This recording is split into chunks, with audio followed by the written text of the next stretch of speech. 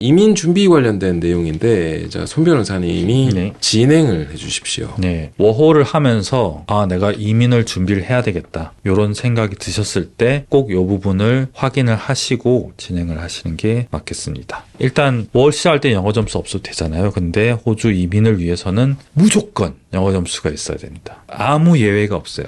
있지. 파트너 비자.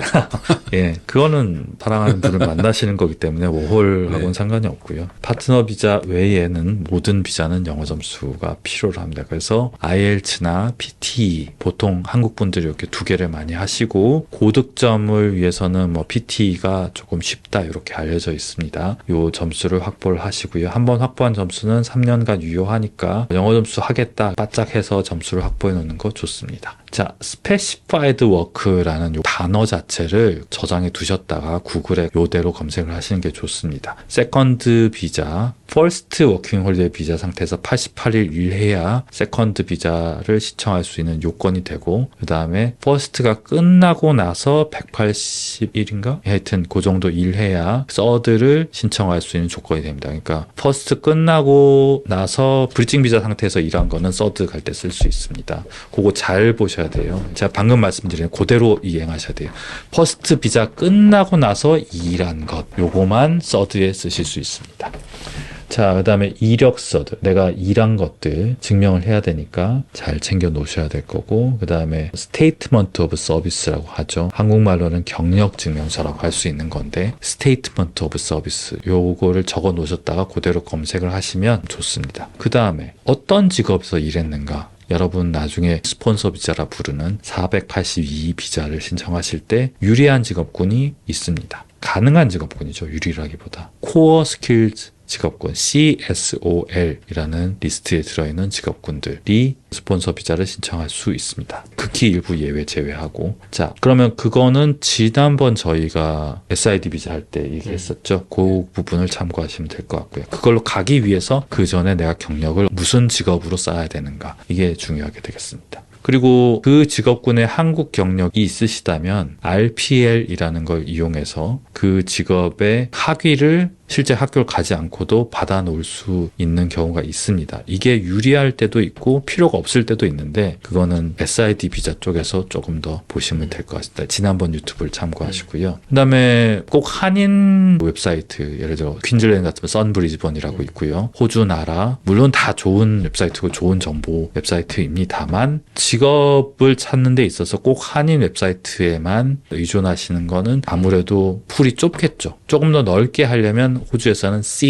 seek.com.au, 그 다음에 indeed, indeed.au, 그 두 가지가 좀 크고요. gumtree라는 사이트가 있고, talent.com, 조라는 메타라서 이제 호주의 구직 사이트에 꼭 익숙해지시는 게 좋습니다. 구직은 무료고요. 물론 구인 광고를 내시는 분들은 돈을 내야 되기 때문에 인플로이어 분들이 제대로 좋은 사람을 뽑기 위해서 돈을 써가면서 광고를 낸 거기 때문에 퀄리티가 조금 높을 수 있습니다. 예. 그리고 실제로 스폰서십이 가능하다 아니다 뭐 여기에 대한 정보까지도 담고 있는 경우가 굉장히 많이 있습니다. 구인 광고 자체에. 그러니까 뭐 스폰서십 된다고 하면 내 조건이 맞는지 뭐 이런 것들도 파악해서 실제로 그런 좋은 기회를 택할 건지 말 건지 뭐 이런 것들도 한번 생각해 보시면 좋지 않을까 싶습니다. 내가 특별히 뭐 경력이 없고 젊은이다, 이때 영주권까지 생각하고 있다, 이 조건들이 대충 맞는 그런 직업군은 컨스트럭션 직업군들이 그나마 괜찮습니다. 왜 그러냐 하면 컨스트럭션 직업군에 있는 분들은 지방 지역에서 그 일을 했을 때 specified work에 해당이 되기 때문에 나의 조건만 맞다면 세컨드, 서드 가기가 굉장히 쉬워지는 엄청난 장점이 있죠.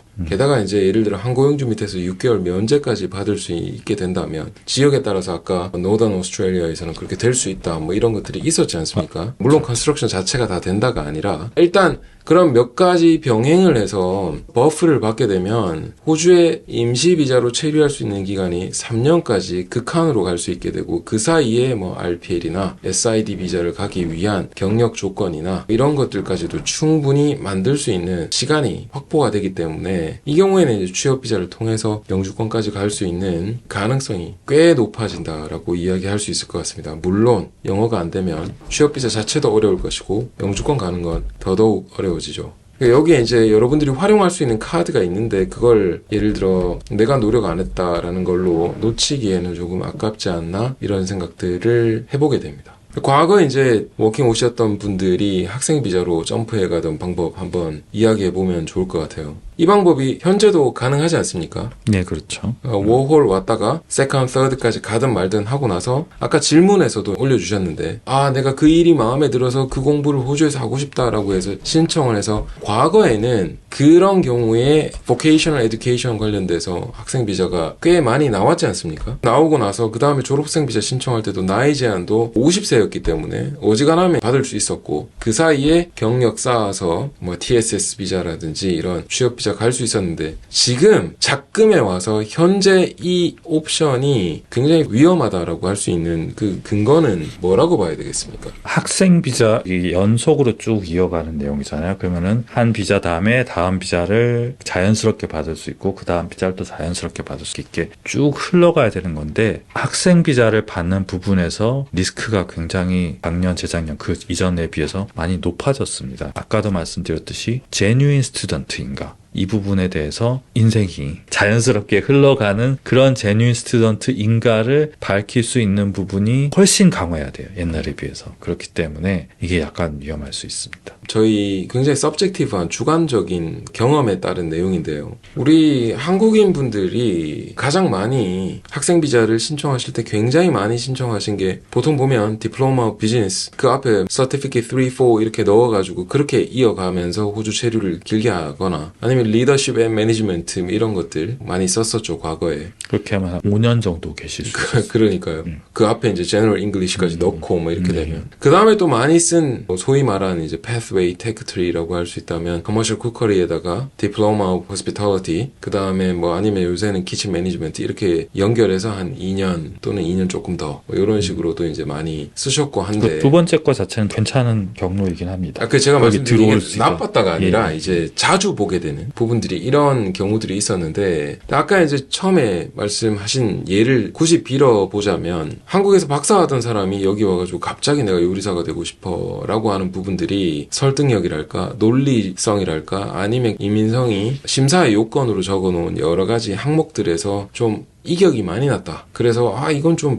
제뉴인 스튜던트라고 보기 어려운 거 아니냐. 또는 아까 예를 들어 이제 리더십 매니지먼트나 비즈니스 코스라든지 이렇게 되면 호주에 그냥 오래 버티기 위해서 이 비자 신청한 거 아니냐. 학생 비자를. 이런 이제 엘리게이션이 꽤 많습니다. 그래서 이제 유학원에서 이렇게 많이들 이야기하는 것 중에 저희도 알고 있는 내용 중에 하나가 뭐냐 하면 그러니까 좀 학과정을 높여서 배철러나 뭐 이런 것들을 하면 좀 낫지 않느냐 이런 얘기들을 좀 들어보신 적이 있을 겁니다. 그래서 이제 또 굉장히 많이 유행한 게 코비드 이후 시절부터 영주권 가기도 쉽다라고 이런 여러 가지 내용들이 머지돼서 짜잔 하고 나오는 것들이 이제 너싱 코스가 이제 굉장히 많단 말이죠. 굉장히 많은데 물론 내가 이 너싱이라고 하는 것이 내 인생에 있어서 하나의 목표가 되어서 커리어로 이어가야 되겠다 라고 하는 이런 제뉴인 스튜던트들 굉장히 많이 있죠. 근데 좀 난데없이 그렇게 있으면 학생 비자를 3년, 4년 꺾을 수 있고 그 이후에 영주권도 갈 수 있다고 하니까 내가 영어도 안 되는데 일단 넣어보자라든지 뭐 이런 여러 가지 동시에 맞춰줘야 되는 팩터들이 안 맞을 경우들 이런 경우에 있어서 그 코스 그 과정만 넣는다고 학생 비자가 개런티 되는 것이 아니다라는 부분들을 조금 현실적으로 아셨으면 좋겠다 이런 생각도 해보게 됩니다.